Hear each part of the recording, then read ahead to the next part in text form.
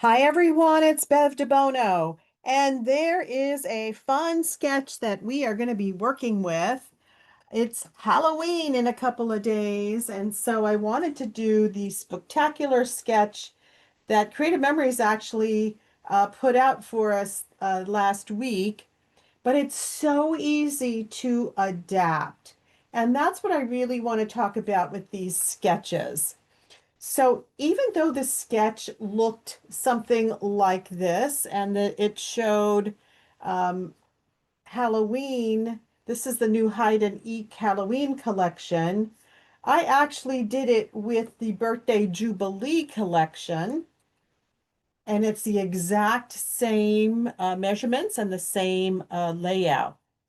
But what if your pictures don't all go in this direction? They don't go vertically. Let's say your pictures go more horizontally. You can certainly change this sketch to do that, and it's very flexible. So if you are not using paper that has a direction, like I have, this paper happens to have a direction on it, but if you're using paper that doesn't have a direction, you can take this exact same sketch and move it so that your photos are going horizontally. This is the exact same sketch, exact same measurements. Okay, so sketches are very versatile, and you can also make it into a double page spread. Okay, so let's do the original sketch, but if your photos are not going um, vertically, they're going horizontally, just keep in mind that you can just turn the sketch either way, that way or this way, so that your photos can then line up in either direction. Okay, but the measurements are all going to be the same. So we're going to start with a base paper. And like I said, I'm going to be using the new Halloween Hide and Eek collection. So I'm going to start with a black cardstock for my base. So this is that new collection. It's very cute. It's a smaller collection. I have to say that some of these little faces up on um, the spooky eyes, the ghosts, it's only 6 sheets of paper, but I think the spooky eyes and the skeleton bones and the spooky eyes, okay, and then the haunted photos on the wall are certainly something you could use for haunted houses. And I like it for that, especially between the ghosts and the spooky portraits. Okay. So you want to start with a solid base, and then you want an accent piece, and that accent piece, so let me show you what I'm going to be working with. I need a base, I need an accent piece, and then I need cardstock to do my mats. Okay, three pieces of paper and you're ready to go. And if you are doing a double page spread, then by all means, um, make two of them. Okay, so I need my base. I need my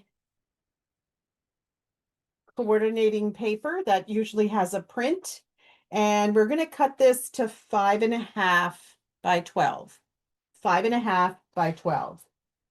And on the trimmer, the 5.5 is right at the edge of your trimmer. Now, if you're working with paper with a direction, make sure that you put it in the right way. Okay, 5.5 by 12. That is your first cut. And I am going to just put this on my bottom edge here. Line it all the way up to the bottom.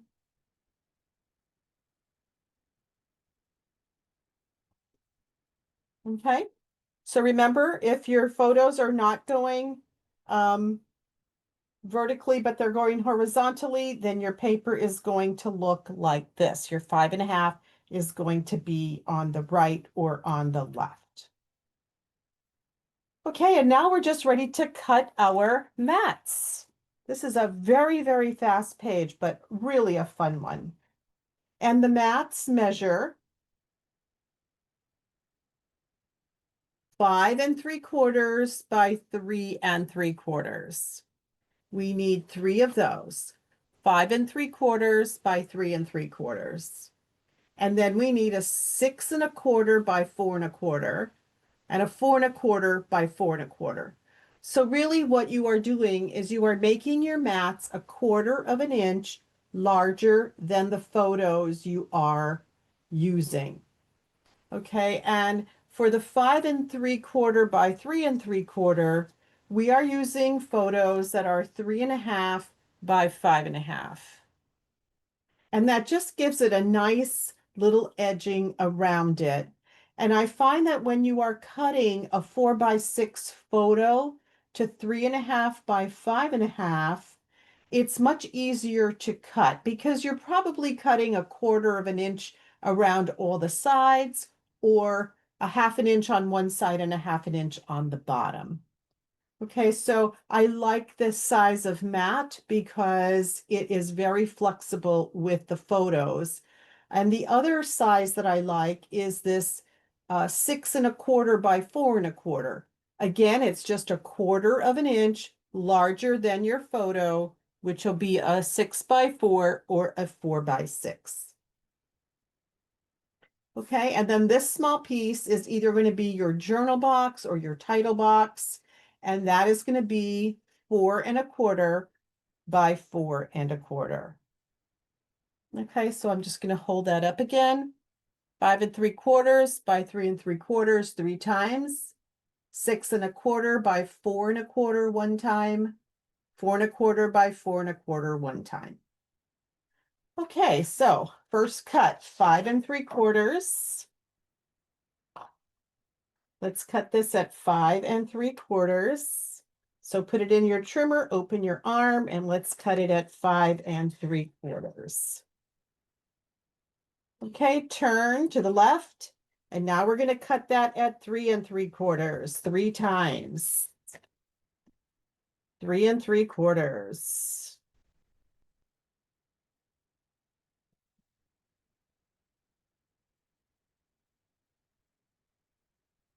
Okay.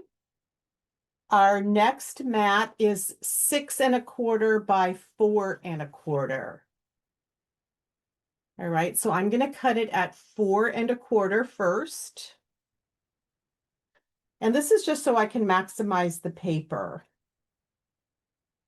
4 1/4, and that gives me a longer 12-inch strip that I can use later on.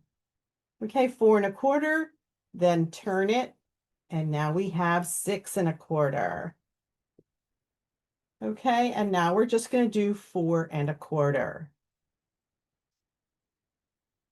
And those are our cuts. Very easy. And these are going to line up. Let me move my measurements for you. These are going to line up.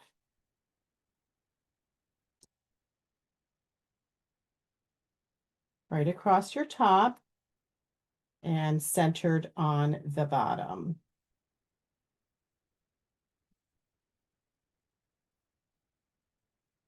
Okay, so you have a very small amount of cardstock showing at the tops, and that's what you want because you want this to have a nice uh, edging there. And we're going to end up with stickers or borders, border punch in the middle. And I find that that's a good way to showcase your borders. I am just going to be putting tapes on all of my mats at one time. And then I'm just flipping them over and make sure they're lined up all the way to the top of your cutting mat. And as a rule of thumb, I usually put the one on the left or the right, your two end ones first, because then if I have to do any moving, you know, how many times have you gone from right to left and then you end up having to move all of them? Whereas I find if I do the two end pieces first, the middle one is more flexible.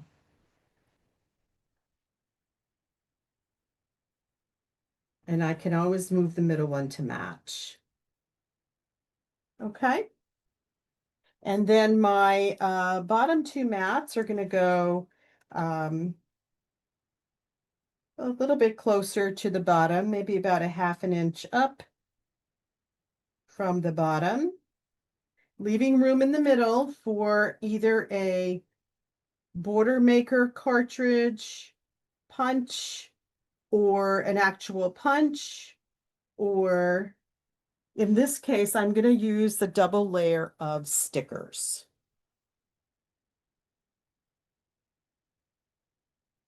Okay, so I'm now going to before I do that, I'm just going to put my markers here of where I want my photos, the size of my photos. And these are really great pieces to have.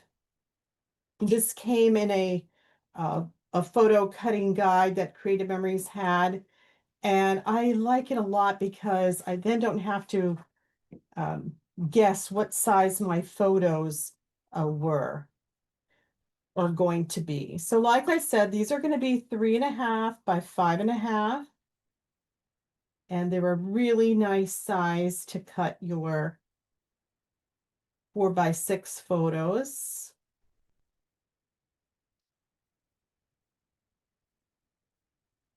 So these mats are just placeholders for photos. Okay, and then this other one is for my 4x6.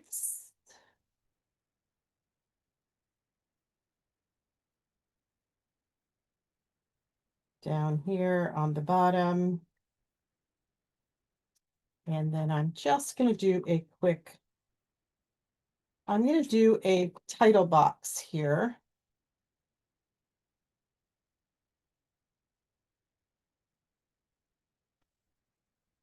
And there you go.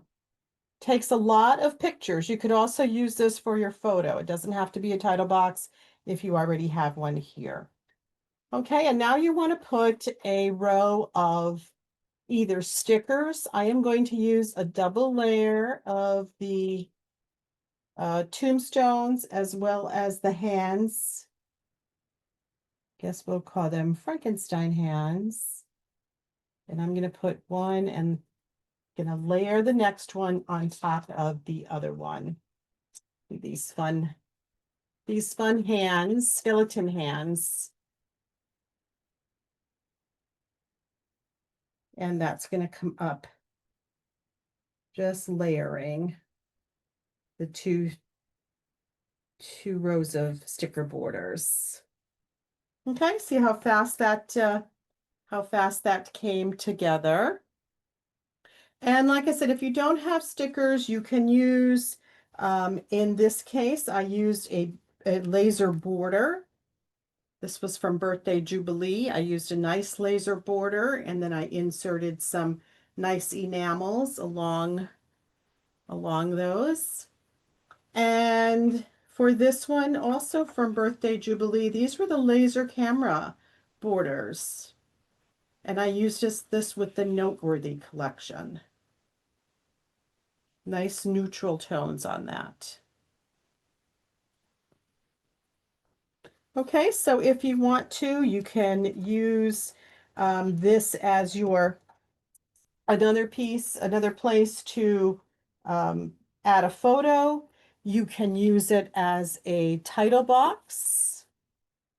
You can use it to just create some fun things. You could use it for journaling. I'm looking for the B that I just had to spell boo, and now I can't find it. So I'm just going to add a few more stickers here. These are little spider web stickers. Very cute. And two little stickers in between the mats there. Just lining up my spooky people.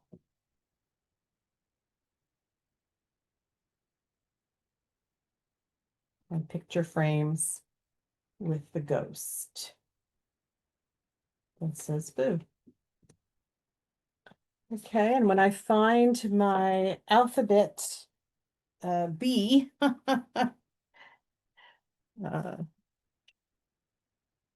I'll find one. I don't want to leave this unfinished. Let me find the B for that.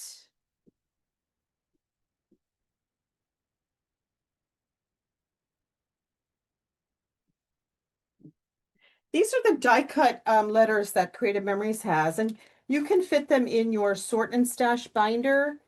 I love these because I put them all by color and by alphabet, and they were really great size, I find, for titles. A really nice title size.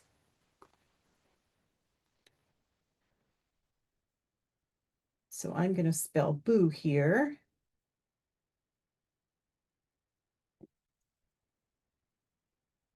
Got a little bit of Brico tape on these.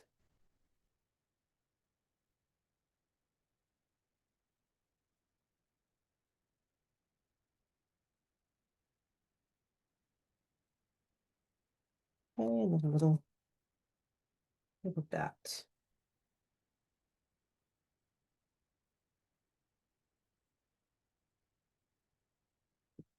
There we go. And I'll put a little spider there. Okay, so that is our quick technique for tonight. It's a 5.5 sheet of designer paper. It fits 4 photos. It's a very flexible sketch because you can use it on the bottom or you can use it on the sides.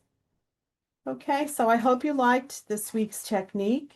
Very fast and easy sketch.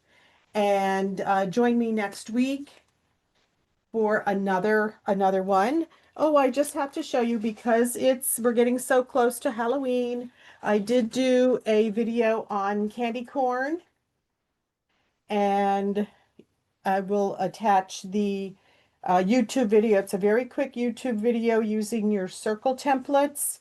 And guess what? Our fence border maker cartridge. But it makes these little spiky edges. Okay, so happy Halloweeny, and I hope to see you soon. Bye-bye.